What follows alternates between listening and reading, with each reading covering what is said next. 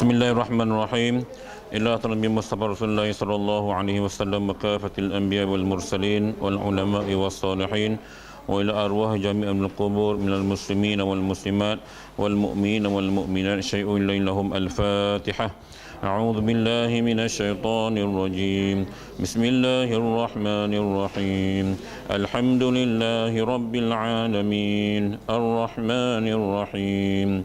Maliki yaumiddin. Iyyaka na'budu wa iyyaka nasta'in. Ihdinas siratal mustaqim. Siratal ladzina an'amta 'alaihim ghairil maghdubi 'alaihim waladdallin.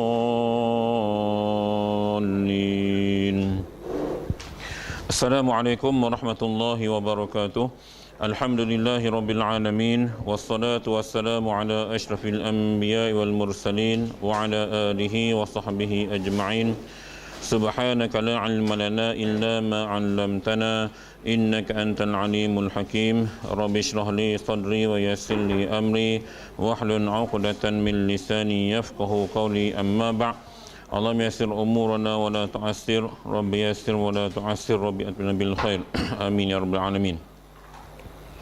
Baik tuan-tuan dan puan-puan yang Allah Subhanahu wa taala, kita sambung kembali kita punya pengajian dalam bab rukun salat ini yang kita dah pun habis rukun yang pertama, iaitu kita masih lagi dalam rukun yang pertama, iaitu berkaitan dengan niat.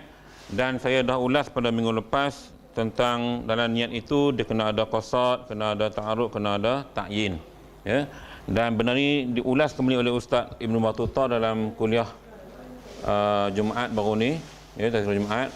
Dan siapa yang ikut tu saya rasa dah lebih mendalam memahaminya.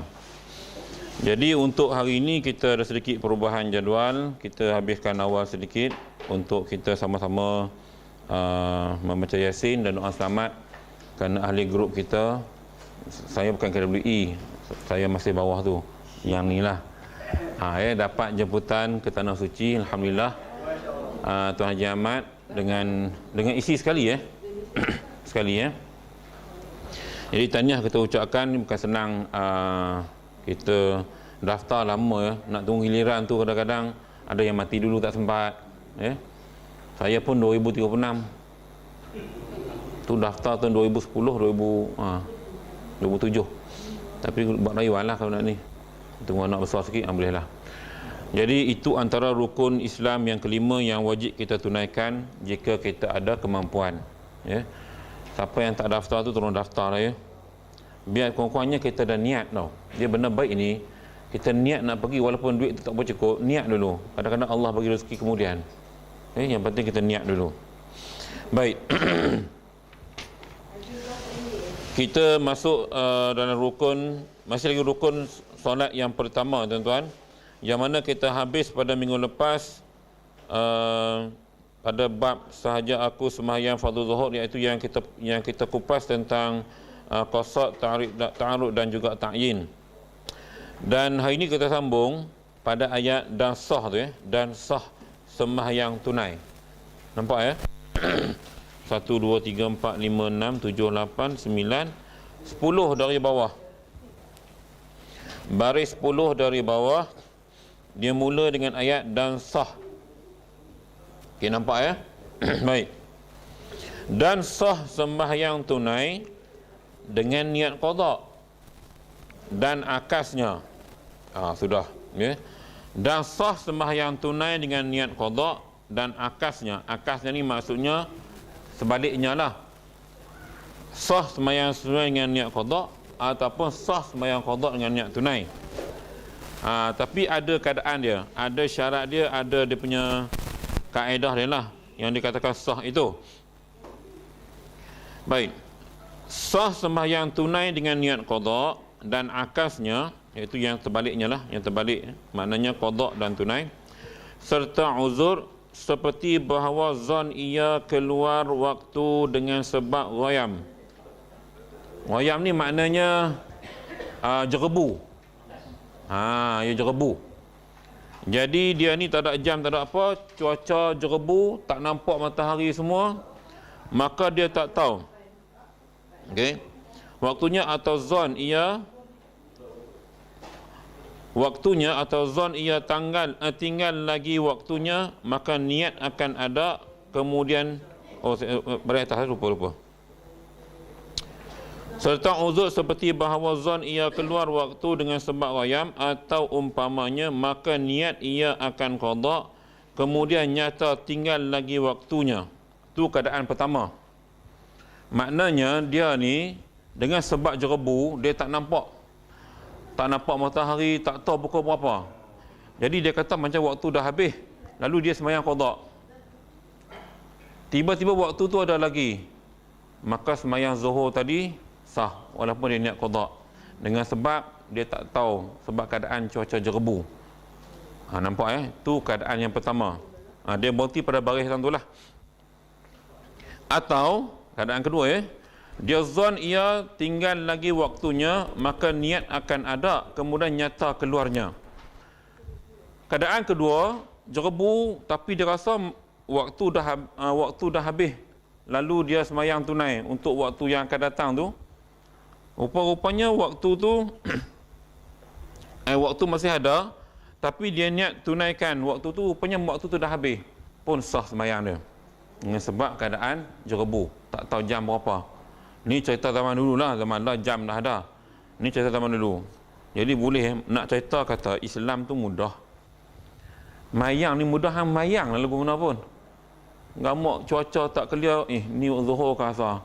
Yakin zuhur, mayang zuhur. Walaupun dah masuk asar, tak ada masalah. Ataupun mungkin dah masuk asar, zuhur tertinggal niat qada, tiba-tiba waktu tu ada lagi, pun sah. Maknanya tak payah ulang. Tu makna Islam mudah sampai ke tahap tu tuan-tuan. Sangat mudah. Atau dengan tiada uzur tetapi dikosakkan maknanya yang lughawiyun, lughawi makna segi bahasa, kerana diistiamalkan lafaz ada dengan makna qada dan akasnya. Ataupun dia ni jenis yang mungkin dia tak pernah faham makna qada dengan ada tu, qada lillahi ta'ala, ada lillahi ta'ala, dia duk rasa qada tu ada tu qada. Maka keadaan begini dimaafkan. Ini jenis yang tak mengaji lah, mungkin mengaji sikit. Ini usalli fardhu zuhri arba'an raka'atin qadaan adaan. Dia confuse. Kan baru mengaji, dia dah ingat qada mungkin makna ada, mungkin ada pun makna qada. Maka keadaan gini kata ulama dalam kitab ni sah. Dengan sebab dia faham begitulah. Kan ada kan orang awam kan, biasalah kita mengaji ni kan, mengaji lafaz sebut. Sebab kadang-kadang istilah qada dengan tunai pun kadang-kadang kita confuse. Confuse. Baik. Maka jika diperbuat yang demikian itu dengan ketiadaan uzur atau tiada diniatkan maknanya yang lughawi, tiada sah sembahyangnya kerana bermain-main seperti barang yang ditaklidkan dia dalam majmuk.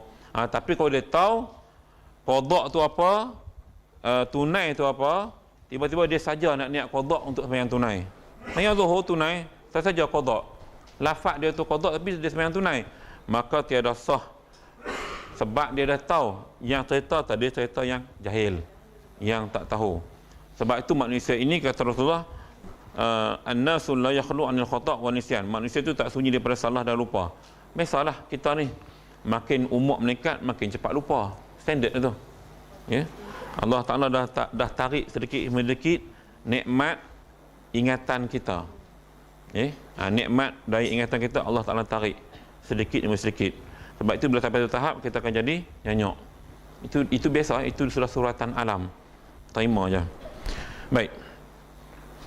Dan jika sembahyang itu sunat yang mempunyai waktu seperti sunat rawatib dan yang mempunyai sebab seperti sembahyang minta hujan dan sembahyang gerhana, maka wajib padanya qasa dan ta'yin jua. Maknanya kalau sembahyang sunat yang bersebab, sembahyang rawatib ni maknanya sembahyang yang qabliyah dengan ba'diyah. Yang tu kena ada qasad dan kena ada ta'yin. Lengkap Baik. Yakni tiada niat sunat, yakni tiada wajib ia dan ditakyinkan qabliyah dan ba'diyah jika pada sembahyang ada baginya sunat qabliyah dan ba'diyah. Jadi bila kita sembahyang sunat yang macam Ustaz Isuk dah sebut tu, usolli sunataz zuhri raka'ataini qabliyatan lillahi ta'ala. Sahaja aku solat sunat zuhur 2 rakaat sebelum. Tu hak sembahyang sebelum. Kalau hak selepas, usolli sunataz zuhri raka'ataini ba'diyatan. Tu kita sembahyang ba'diyah. Nah, jadi mungkin kadang-kadang kita mengaji tak sampai ke tahap ni, doktor sembahyang sunat rawatib. Jadi bila dah tahu hari ini, Ustaz Syahidan sebut lafaz yang supaya kita nampak ta'yin tu jelas, qabliyatan tu sebut dengan ba'diyatan. Jadi kalau tak boleh sebut Melayu, niatlah hati, selesailah. Kalau tak boleh sebut Arab. Tapi saya rasa tak ada masalah sebab bahasa Arab dah dapat ijazah dah. Kan? Dah masuk kelas tafsir dah lah ni. Cerah hebat jadi tak ada masalah dari sudut penyebutan lafaz Arab tu. Tambah yang mengaji dengan ustaz yang masa itu lagi hebat ya. Jadi maknanya bahasa Arab tu dah jadi satu bahasa fushah dah bagi depa. Ya, percakapan tu. Cara sebut tu bunyi Arab lah sekarang ni, punya hebat. Jadi tak ada masalah kita nak sebut lafaz qabliyatan dengan ba'diyatan. Jadi saya ulang balik, usolli sunataz zuhri raka'atani qabliyatan. Yang ada qabliyah ba'diyah lah. Yang ada qabliyah saja macam asar. Ya, asar, solat sunat lepas asar tak ada. Dia 5 yang betul-betul digalakkan.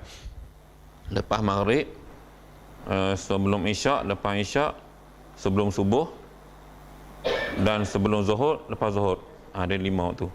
Yang itu tak ada. Okey, itu sembahyang sunatnya. Solat Jumaat. Sunat yang dituntut solat Jumaat ialah sunat selepas. Sebelum boleh buat kalau nak buat. Kalau kita sampai, katalah khatib tengah baca khutbah, dia qabliyah dah tak sunat dah. Kena buat tahiyatul masjid. Bila kita sampai awal tu baru buat tahiyatul masjid, kemudian buat qabliyah lepas azan pertama. Tapi dia dalam kategori solat Jumaat, yang matlubah, yang dituntut ialah yang selepas Jumaat. Tapi orang lah salah faham, lepas Jumaat dia kira start mutu nak balik.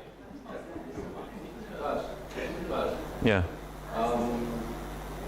Saya nak buat dua, iaitu rawatib tadi tu belum khutbah, dan lagi satu tu apa harian boleh buat 4 kan Ustaz? Okey, 4 kan. Jadi kalau saya buat dua saja, buat yang kedua tu boleh tak saya niatkan untuk buat sama sekali? Sembahyang sunat tiada masalah. Ada pendapat mengatakan boleh bukan dijamakkan solat, tapi diniatkan untuk dua-dua. Kalau untuk konteks solat sunat je boleh, wajib tak boleh. Dia yang dalam hadis sebut yang disunatkan kita buat 4 rakaat sebelum tu ialah solat zuhur, 4 sebelum dan 4 11. Cuma hari Jumaat gantilah. Mana kira zuhur tu kira hari Jumaat, kita boleh buat 4 sebelum, 4 11 selepas. Tapi buat dua-dua. Kalau ada masalah, tak ada masa buat 2 rakaat cukuplah. Jadi yang dua tu boleh buat ke terlepas tak? Macam mana? Tak sempat nak buat 4. Buat 2 je lah. Buat 2. Tapi saya niatkan untuk bawa selepas. Boleh tak yang dua? Tak boleh. Kalau selepas. Ba'diyah. Dalam konteks solat Jumaat dia agak berbeza. Kita kena ingat, dalam solat Jumaat yang matlubah itu yang selepas itu. Yang sangat dituntut. Ramai orang tak tahu. Sebab tu ramai yang bagi salam terus keluar. Saya tak faham. Ramai. Apa salahkan dia solat kalau tak nak wirid pun, dia solat sunat, sebab itu yang sangat Nabi tuntut. Rasulullah sangat tuntut kita buat solat sunat ba'diyah Jumaat, yang bagi Jumaat lah. Jadi kadang-kadang kita ni agak pelik benda yang sangat digalakkan kita jadi kita buat terbalik. Hak sebelum semua bakal buat. Tuan perasan kan, datang masjid semua bukan hebat dia. Tapi yang selepas kadang-kadang dia keluar. Mungkin sebab tak belajar. Tak belajar agama, tak belajar tentang di mana fadhilatul a'mal, kelebihan-kelebihan amal yang patut kita laksanakan. Okey. Dan keduanya, ni rukun solat yang kedua, qiyam. Yakni berdiri betul pada sembahyang fardu bagi yang kuasa berdiri dengan membetulkan belakangnya. Qiyam tu berdiri betul, katalah kitab ni Bagi yang kuasa berdiri lah, yang mampu berdiri, dengan cara apa? Tujuannya apa? Dia kata dengan nak membetulkan belakang. Bagi belakang kita betul itu qiyam. Lagi belakang tak betul, tak qiyam. Lagi kita baca kes bongkok. Jangan nak minta sampai umur macam tu.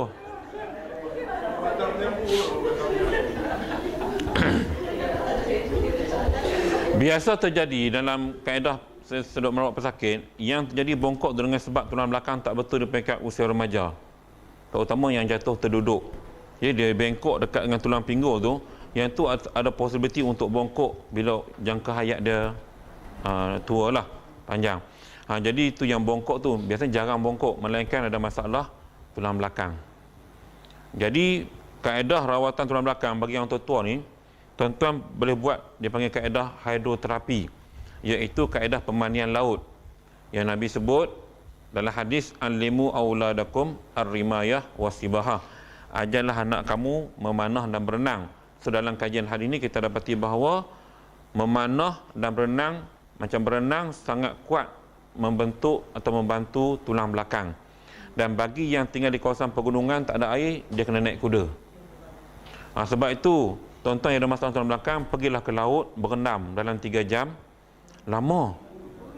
Kali pertama, first time. Jadi kali pertama, tuan-tuan berendam, mengadap ke pantai, biar ombak pukul belakang. Jangan mengadap ke laut. Kalau mengadap ke laut, boring. Ke pantai boleh tengok orang main layang, main istana pasir. Jadi tak boring. 3 jam kan boring. Jadi duduk tu buatlah pergerakan asas, asalkan berlaku pukulan ombak di belakang. Saya duk rawat selidi semua macam tu. Lepas 3 kali mandi dah boleh angkat barang dah. Yes, pergilah buat. Terima ijazah ini tuan-tuan pergi buat.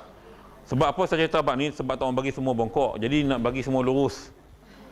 Tua-tua pun steady je tuan. Maknanya belakang tu betul. Buat gitu nah. Yang ada tulang belakang masalah lah, yang ada masalah tulang belakang, pergilah buat.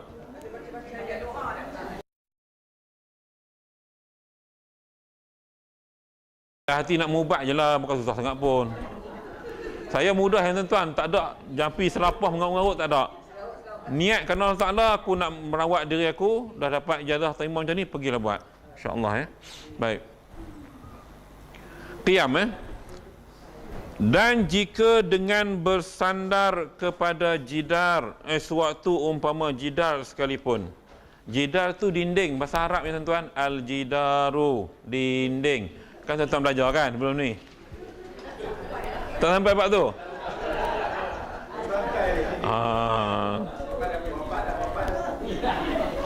Tok guru tak ada kot jadi gitu lah. Jidar ni ni di Arab panggil jidar, al-jidaru, dinding. Jadi ada kadang-kadang orang tak mampu nak berdiri tapi terpaksa bersandar kat dinding, boleh dia kata, sekalipun. Maka jika berdiri padahal bongkok ia, baca betul-betul itu tuan-tuan. Jangan dok baca bangku air apa semua, bukan. Bongkok ia. Ni cerita bongkok. Okey, maka jika berdiri padahal bongkok ia dengan bahawa jadi ia bagi rokok itu terlebih hampir dengan sekira-kira tiada dinamakan qiyam, tiada sah. Ingat, maknanya kalau dah bongkok sangat sampai terlebih tahap rokok, orang tua tu memang dah macam tu, maka dia tak dibenarkan qiyam, dia kena duduk lah. Sebab tahap dia tu dah melebihi rokok. Tak kira nak rokok macam mana? Kan, kawan dah ni lah. Tak tahu kalau ada orang macam tu sekarang ni, ada kah? Yang memang dah tua dan tahap bongkoknya tu dah melebihi, kira dia berjalan tu ni lah. Mungkin ada kot Wallahu a'lam lah, saya tak nak jumpa. Setakat saya jumpa tu kira kepala boleh angkat lagi lah. Maknanya baru setakat tu lah. Kalau bawah pada rokok punya bongkok tu, wallahu a'lam, saya tak nak jumpa. Mungkin tuan-tuan pernah lihat kot Maka tiada sah, kata dia tak boleh berdiri. Maka jika lemah daripada berdiri betul, ni untuk orang tak larat dan jadi ia seperti orang yang rokok dengan sebab tua tu bukan tuha. Tuha bahasa Banjar apa maksud? Oh, tua. Tuang kitab ni orang Banjar ke? Okey. Tuha atau lainnya wajib berdiri seperti itu kerana hampirnya daripada berdiri betul dan wajib ditambahkan bongkok bagi rokoknya. Baik, kalau dia tu okey, dia bongkok juga tapi tak sampai tahap macam tadi. Macam biasa je bongkok macam orang tua sekarang ni, ialah bongkok pakai tongkat tu. Okey. Maka dia kena berdiri macam biasa. Ingat tu, hari ni orang ambil mudah. Dia mampu berdiri tapi dia masih lagi guna kerusi. Ini masalah yang dibahaskan oleh para ustaz kita di dalam media sosial hari ini. Ikut kitab ni, dia benarkan berdiri ni, tengok dekat sini ya. Jika lemah daripada berdiri betul dan jadi ia seperti orang yang rukuk dengan sebab tua atau lainnya, wajib berdiri seperti itu kerana hampirnya daripada berdiri betul. Dia nak abad kata, hang boleh kok mana pun kalau berdiri cara tu boleh, maka itulah hang kena buat. Kena berdiri cara tu juga. Tak boleh hang duk gagah pergi cari bangku duduk. Ingat tu. Ikut kitab ni lah. Mungkin pandangan lain lagu lain, pandangan mazhab lain. Maknanya kalau kita boleh berdiri, sekadar kita mampu berdiri. Kalau kita dah bongkok ke tepi, boleh duduk berdiri. Saya rasa tuan-tuan pergi Mekah nampak ramai. Dia takkan guna kerusi tuan-tuan. Melainkan memang dia tak berdiri sangat. Dari kita kata kalau boleh maka wajib berdiri seperti itu. Seperti keadaan dia bongkok tadi, boleh berdiri kerana hampirnya daripada berdiri betul. Dan wajib ditambahkan bongkok bagi rokoknya. Okey, bila rokok tu dia rokok macam lebih sikit walaupun dia dah boleh berdiri dalam keadaan bongkok begitu. Nampak kalau boleh. Ni dah kita tahu mengaji kita hari ni, jadi jangan duk buat lagi lepas ni lah. Melainkan memang sakit yang tak boleh. Ya, kadang-kadang accident, tuan belakang dah retak sebagainya, memang tak boleh. Duduk je lah. Islam ni mudah. Boleh berdiri. Maka jika lemah daripada qiyam, duduk ia.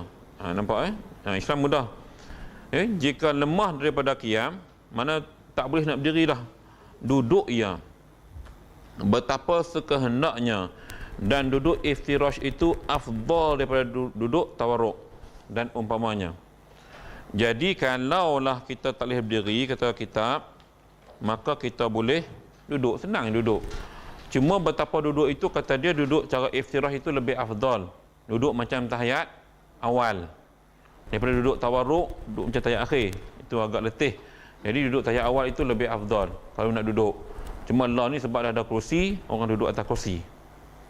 Nampak dah ada kemudahan lah di situ. Maknanya kalau duduk tak ada kerusi, nak duduk terus. Ada yang saya pergi Turki, dia duduk dia hunjur kaki ke kiblat. Dia duduk mayang tu lah, macam dia hunjur kaki tu. Macam orang semayang dalam keadaan duduk kan. Ada kaedah mazhab boleh buat begitu. Tak ada masalah tuan-tuan, yang penting semayang tu penting. Yang penting kita semayang. Baik. Maka jika lemah daripada duduk sembahyang, ia berbaring. Ni cerita sembahyang ni tak boleh duduk, kena baring. Sembahyang kena sembahyang. Dia nak habaq kata sembahyang ni benda yang wajib. Tak boleh duduk, tak boleh berdiri duduk, tak boleh duduk, kena berbaring. Tu. Dan jika lemah daripada berbaring, sembahyang ia menelentang. Jadi kita duduk berbaring agak menyandar gitu, macam pakai kursi malahan, kursi yang duduk sandar kat macam tepi pantai tu kan. Jadi tu pun kita tak terdaya, lemah sangat, maka kata dia sembahyang ia menelentang dan ditinggikan kepalanya dengan umpama bantal supaya berhadap ke kiblat. Melainkan jika ada ia di dalam Kaabah. Okey. Padahal beratap dan isyarat ia dengan kepadanya bagi rokoknya dan sujudnya. Baik. Kecuali di Mekah lainlah. Yang ni kita nak menghadap kiblat. Bila sembahyang menentang tuan-tuan, kita tidur macam kat katil hospital tu, jadi letak bantal tinggi sikit bagi nampak muka kita tu menghadap ke kiblat. Jadi bila kita sembahyang, saya buat contoh ya tuan-tuan faham. Mana nak beritahu kok siapa sakit lepas ni kan. Ni yang kata kena mengaji. Katakanlah saya duduk di atas katil hospital, minta simpang lah.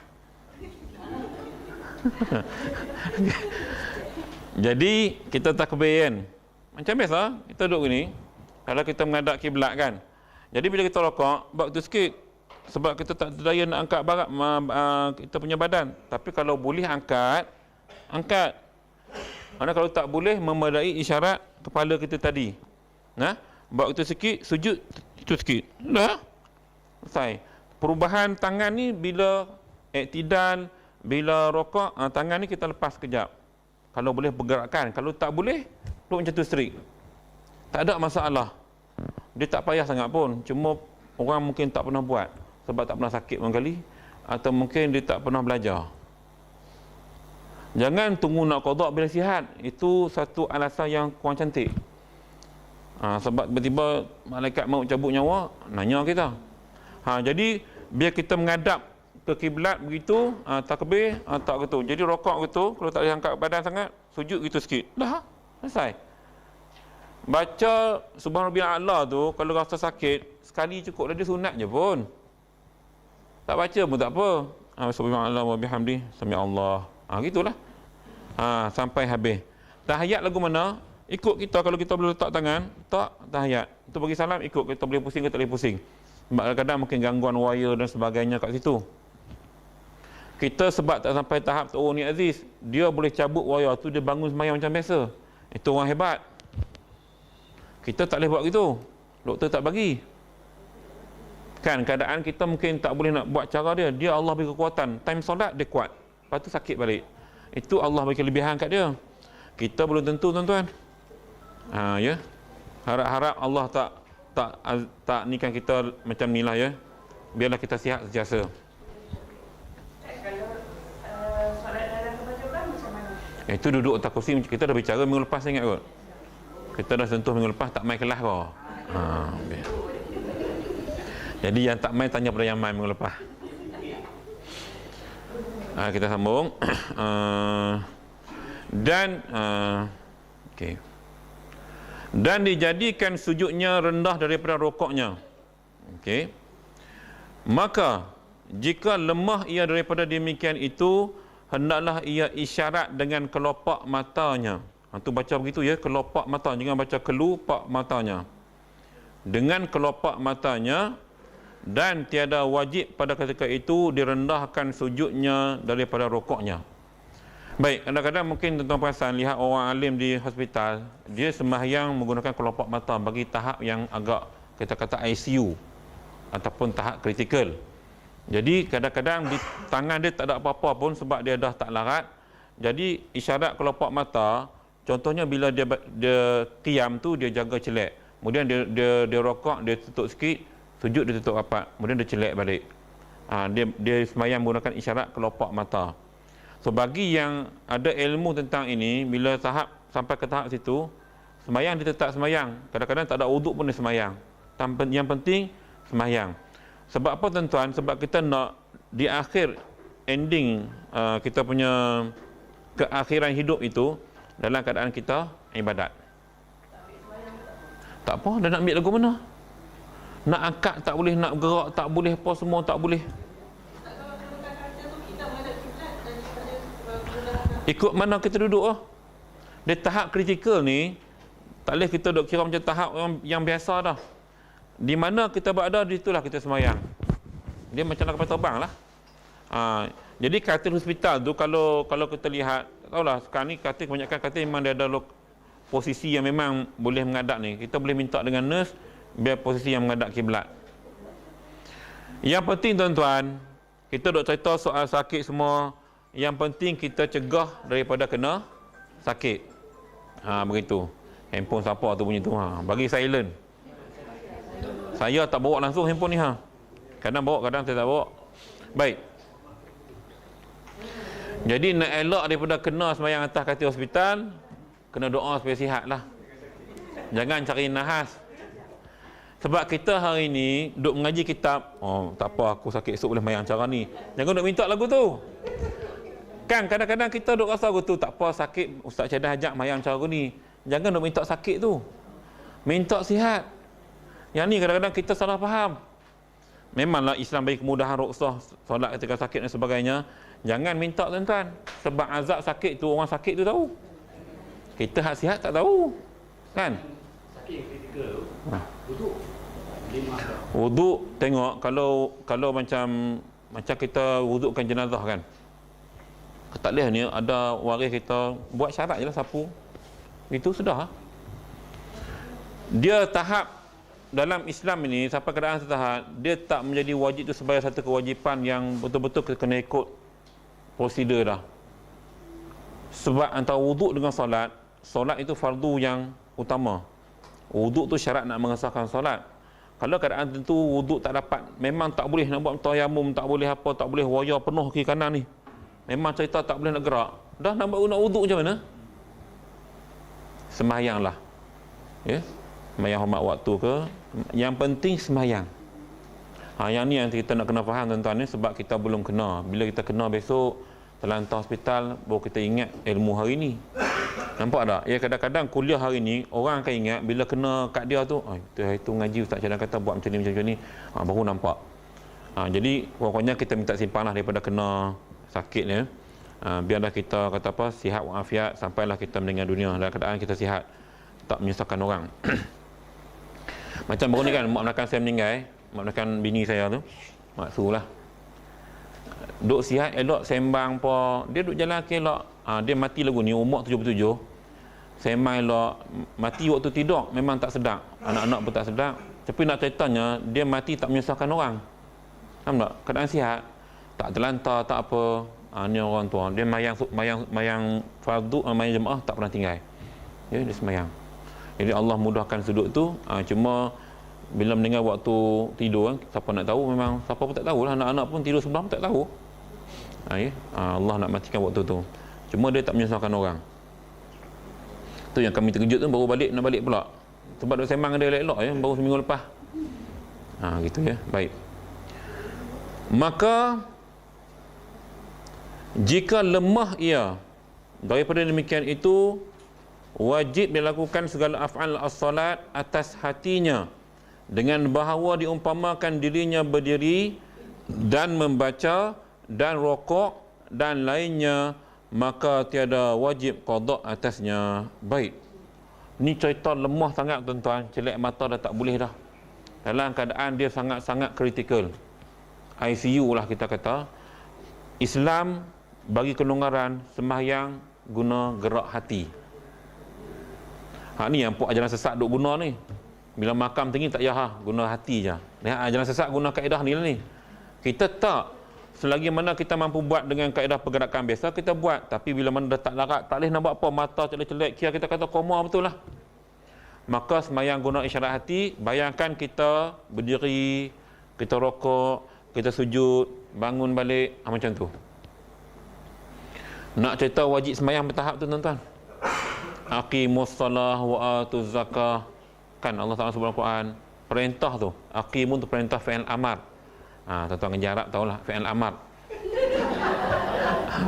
Contoh jadi aqimu.